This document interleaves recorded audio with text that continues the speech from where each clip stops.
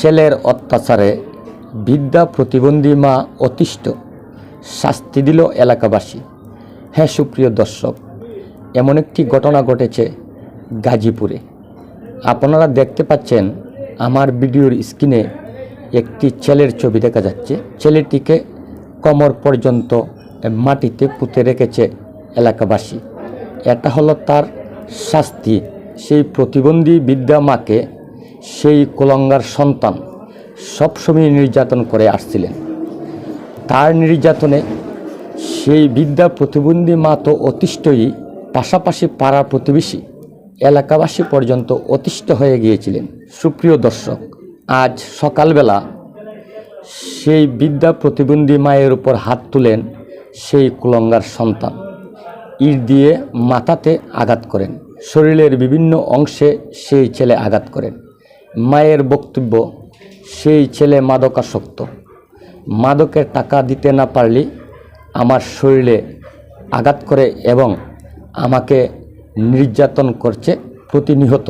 পাড়া প্রতিবেশী এলাকাবাসী সহ সকলের বক্তব্য একটাই, সেই ছেলে দীর্ঘদিন ধরে তার সেই বিদ্যা প্রতিবন্ধী মাকে নির্যাতন করে আসছেন টাকার জন্য।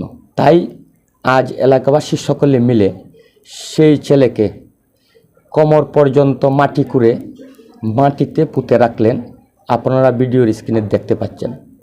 তার ওই শাস্তিটা আসলে বিরল একটি ঘটনা। যে মা 10 মাস 10 দিন সন্তানকে গর্ভে ধারণ করে পৃথিবীর আলো বাতাস দেখিয়েছেন, নিজে না খেয়ে সন্তানকে খাইয়ে এত বড় করেছেন, আজ সেই সন্তানের অত্যাচারে অতিষ্ঠ সেই বিদ্যা প্রতিবন্ধী মা।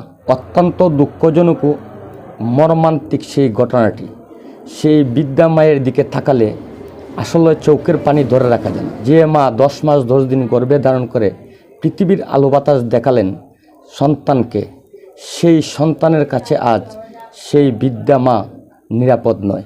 অনেক সন্তানরা কিন্তু আমাদের দেশে রয়েছে, সেই মাদকাসক্ত সন্তানদের কারণে কিন্তু প্রত্যেক পিতা মাতাই কিন্তু তাদের অত্যাচারে অতিষ্ঠ হয়ে উঠছেন। তাদের সেই উদ্যোগটা আমার কাছে অন্ততপক্ষে ভালো লেগেছে।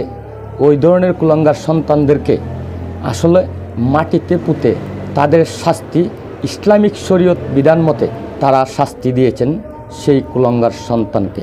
আজ ওনারা বিদ্যা হয়ে গেছেন বলে ওই ধরনের অত্যাচার নির্যাতন যেসব কুলাঙ্গার সন্তানরা করছেন, আপনাদের গর্বেও কিন্তু সন্তান রয়েছে, আপনাদের প্রতি ওইভাবে অত্যাচার নির্যাতন অবশ্যই করবে।